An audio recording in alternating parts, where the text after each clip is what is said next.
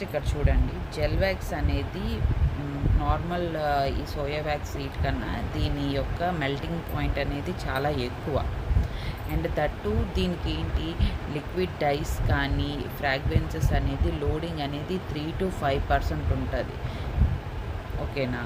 Next వచ్చేసి ఇది ఈ జెల్ వ్యాక్స్ అనేది మనం క్లియర్ కంటైనర్ క్యాండిల్స్లో, అదే క్లియర్ కంటైనర్స్లోని మనం చేయగలం అన్నమాట. ఎందుకంటే దీంట్లో మనం అంటే థీమ్ బేస్డ్ కింద వెళ్తాము, ఏంటి క్రియేటివిటీ గట్రా మనం బాగా యూసేజ్ చేయగలం అన్నమాట.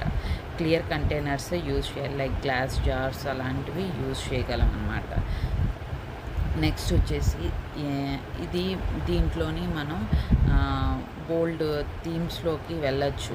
చూడండి ఇక్కడ dessert theme, drink candle theme, rainbow theme, చాలా థీమ్స్లోకి వెళ్ళచ్చు. చూడండి ఇక్కడ ఆర్టిస్టిక్ సీన్స్లోకి వచ్చినప్పటికీ చూడండి, ocean theme, shells theme, glass marble theme, Christmas tree theme చూడండి ఇక్కడ. అలాంటివన్నీ వీటిలోకి సీజనల్ ఎలిమెంట్స్లోకి గట్టా కూడా మనం ఇచ్చేయచ్చు అనమాట. అండ్ ఇది మెయిన్ థింగ్ ఏంటంటే, ఇది ఫుల్లీ ట్రాన్స్పరెంట్ ఉండడం వల్ల క్రియేటివిటీ అనేది చాలా బాగా యూసేజ్ అవుతుంది. అండ్ జెల్ టైప్ కన్సిస్టెన్సీ కాబట్టి మనకి క్లీన్గా బర్నింగ్ అవన్నీ అవుతుంది. స్మోకింగ్ అలాంటివి అంతేమీ ఉండదు, కాకపోతే లాంగ్ లాస్టింగ్గా బర్న్ అవుతుంది. నెక్స్ట్ ఇది మెయిన్ అనేది థీమ్ బేస్డ్ కిందే మెయిన్ యూసేజ్ చేస్తాము. ఈ కలరింగ్ డైస్, లిక్విడ్ డైస్ వల్ల మంచి లుక్ అనేది ఎలివేట్ అవుతుంది అన్నమాట. ఓకేనా.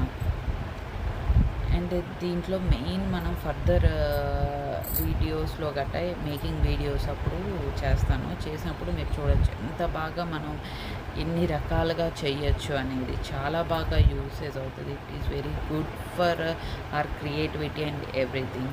ఓకేనా.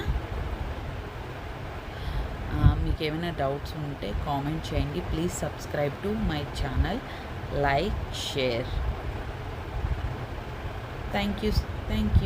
Thank you so much.